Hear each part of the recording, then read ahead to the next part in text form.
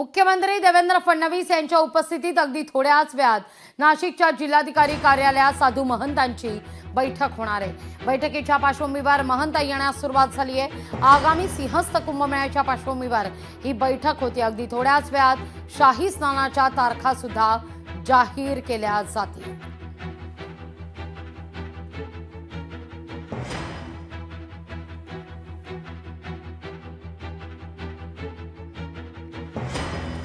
या बैठकीच्या निमित्तानं शैव आणि वैष्णव आखाड्याचे महंत सहभागी होणार आहेत।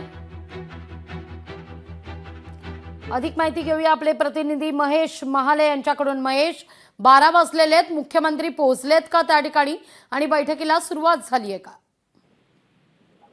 लागली खरं तर थोड्याच वेळात मुख्यमंत्री देवेंद्र फडणवीस हे नाशिकच्या ओझर विमानतळावर येणार आहे आणि तेथून थेट नाशिकच्या जिल्हाधिकारी कार्यालयामध्ये येणार आहे। याच ठिकाणी आगामी सिंहस्थ कुंभमेळ्याची जी बैठक आहे ती पार पडणार आहे आणि या बैठकीसाठी जर आपण बघितलं तर शैव आणि वैष्णव आखाड्यांचे जे प्रमुख महत्व आहे ते येण्यासाठी सुरुवात देखील झालेली आहे। वैष्णव आखाड्यांचे सगळे जे तिन्ही आखाडे आहेत त्यांचे जे प्रमुख दोन महंत आहेत प्रतिनिधी आहेत ते देखील दाखल झालेले। तर आखाडा परिषदेचे रवींद्रपुरी महाराज ते देखील आता या नाशिकच्या जिल्हाधिकारी कार्यालयात पोहोचलेले आहेत। थोड्याच वेळात आता या ठिकाणी मंत्री गिरीश महाजन यांच्यासह मुख्यमंत्री देवेंद्र फडणवीस, दादा भुसे यांच्या प्रमुख उपस्थितीमध्ये आज ही आगामी सिंहस्थ कुंभमेळ्याची जी बैठक आहे ती पार पडणार आहे। यामध्ये सिंहस्थ कुंभमेळ्याचे जे अमृत स्नान होणार आहे त्यांच्या ज्या तारखा आहेत त्या जाहीर केल्या जाणार आहे। खरं तर 52 वर्षानंतर आता योग आलेला आहे आणि यंदाचा जो येणारा जो कुंभमेळा आहे तो जवळपास 1.5 वर्षाचा चालणार आहे। यामध्ये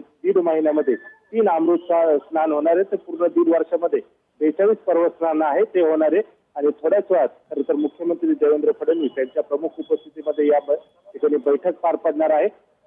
आगामी सिंहस्थ कुंभमेळ्याच्या पार्श्वभूमीवर मुख्यमंत्री देवेंद्र फडणवीस आणखी काय महत्वाचे निर्णय घेतात हे देखील पाहणं तितकंच महत्वाचं। अगदी महेश, मुद्दा लक्षात येतोय।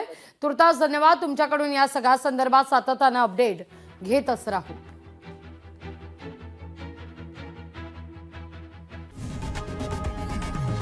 लोकशाही मराठी ऐका, पहा, जागरूक रहा।